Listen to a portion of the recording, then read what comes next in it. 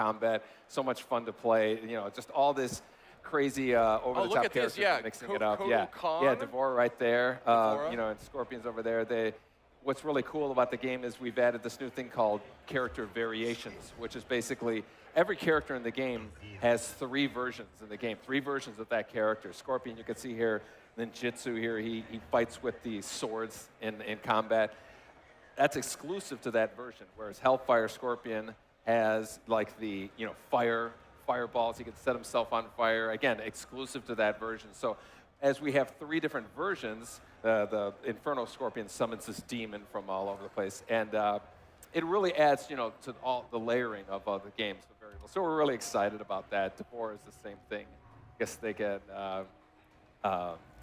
you know, just so these introduction of these 4 new characters is really exciting. Awesome, tons of new characters. I mean, I saw some crazy name, Cassie Cage. Any relation? Yes, Cassie Cage is Johnny Cage and Sonya Blade's daughter. So yeah, you heard it here first. Wow, that's awesome. Yeah, and so so she's cool. She has a combination of Johnny Cage's moves and Sonya's moves. So it's a really a lot of fun to see her play. That's awesome. Now, you guys have been so well known over the many, many years that Mortal Kombat's been out there, and I've been a huge fan since the very first one. Having this sort of soap opera storyline, where does this all fit into sort of the mythos and the timeline?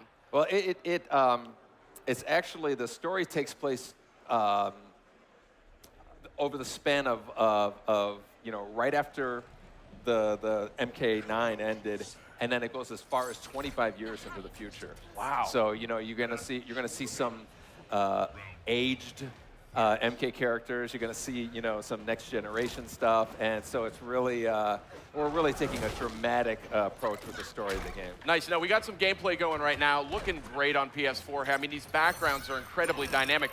And one thing I think we'll be seeing it soon enough here, I think, is the backgrounds. There's a little bit of interactivity now that we saw last night at the PlayStation press conference. Yeah, there's like, you know, there's a number of places that you can actually leverage yourself. Watch Scorpion, he can actually run up the wall, and the characters can kind of use that to position themselves. A lot of what a fighting game is, where am I with relation to the other character, and so this really lets you get to where you want to be a lot quicker. There's just kind of a lot more tools for the player to use. It's really, really makes the fighting a lot more movement in the fighting. Very nice. And where is this location now? What are we seeing here in the background? This one's called the Cove, which we unfortunately misspelled. We spelled it with a C.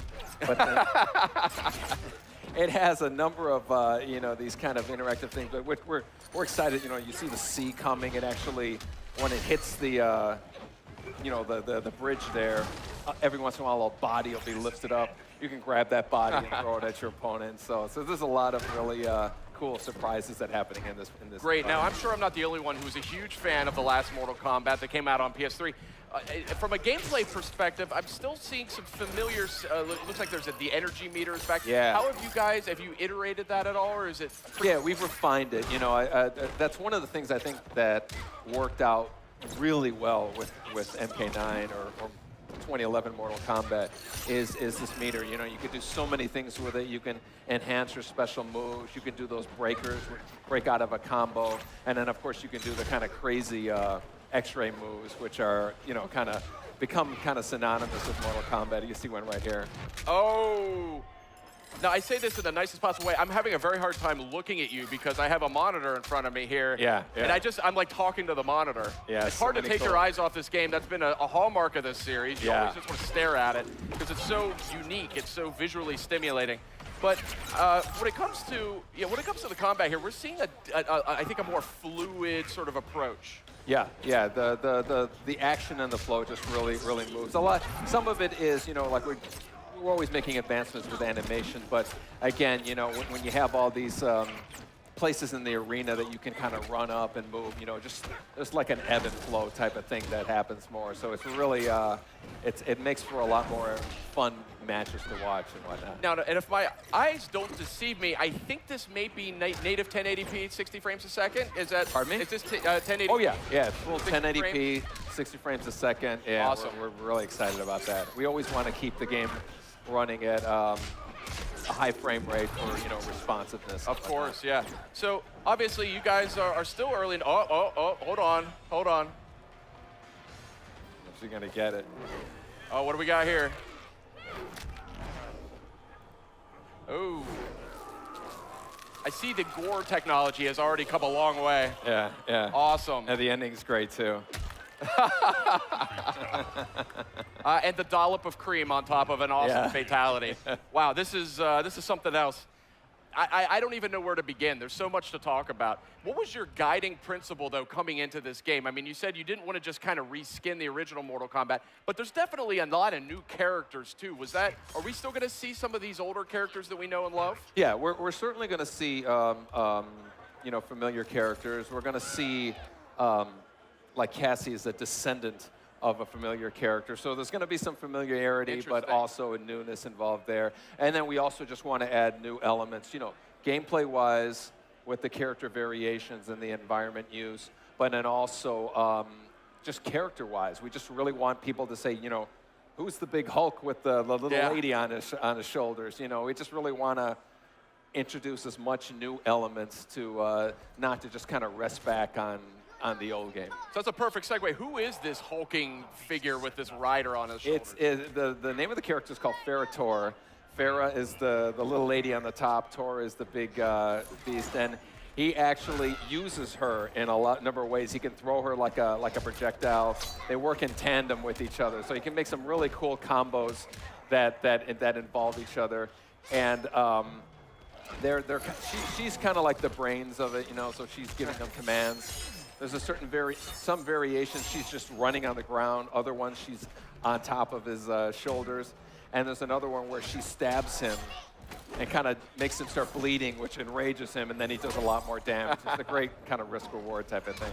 That's awesome. So I don't want to spoil anything. I know you guys have just revealed this game. Obviously, there was a killer trailer for the game that came out just a week or two ago. Who's next, right? Yeah. Then we just saw first gameplay last night, the PlayStation E3 press conference. We're seeing new live gameplay right now.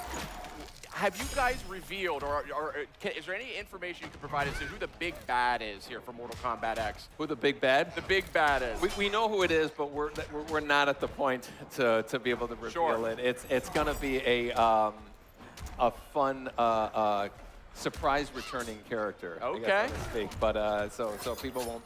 Not a lot of people will see it coming, but there's a lot of surprises in store. I see a twinkle in your eye as you say that, so say no more. We want to keep your secrets close to your chest here.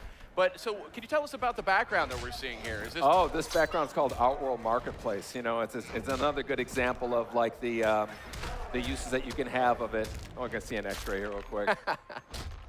Ooh. You know, it's got this tarp on the right side there that you can, you know, you can jump up and launch yourself out off of, you know, to get over to the other side there. There's this big tiger in the middle that you can jump off of, you know, to kind of position yourself a long jump. Right there, you see it there. And then there's this, I think she's already been thrown. There's this old lady that we call Blanche that you can grab and throw at your opponent there, and she doesn't survive the throw. So, but yeah, this is one of our brand new environments here, you know. And again, there's a number of interactive things that you can do. I've got to say, Sub-Zero looking very dynamic here in Mortal Kombat X, and summoning swords and hammers and throwing ice clones at people. Yeah, he's cool. This version of him actually has, he actually freezes the guy's entrails here and then jams it. Nasty. I mean, you guys, I know you guys sit around and like dream up different fatalities and Xrays. I mean, I gotta say, like, I mean, were they all-nighter sessions on Mortal Kombat X? Because these are the most creative I've seen yet. Yeah, we have these fun meetings that are here's a good fatality. Fatality, you know, somebody says, you know, I want to grab somebody's spine and break it, lift them up in the air and split them in half. So it's nice little nod to Mortal Kombat 3's fatality. Yeah, exactly. Very nice. So, you know, we have these meetings and everybody comes up with ideas, and the ones that people say there's no way we can do it, those are the first ones we start working on. So. Okay, I think we're just about out of time. Ed Boon, so happy you could join us here. Mortal Kombat X looking phenomenal. Up next, we're going to check out the trailer. Stay tuned. We're going to have Batman Arkham Knight. Don't miss it.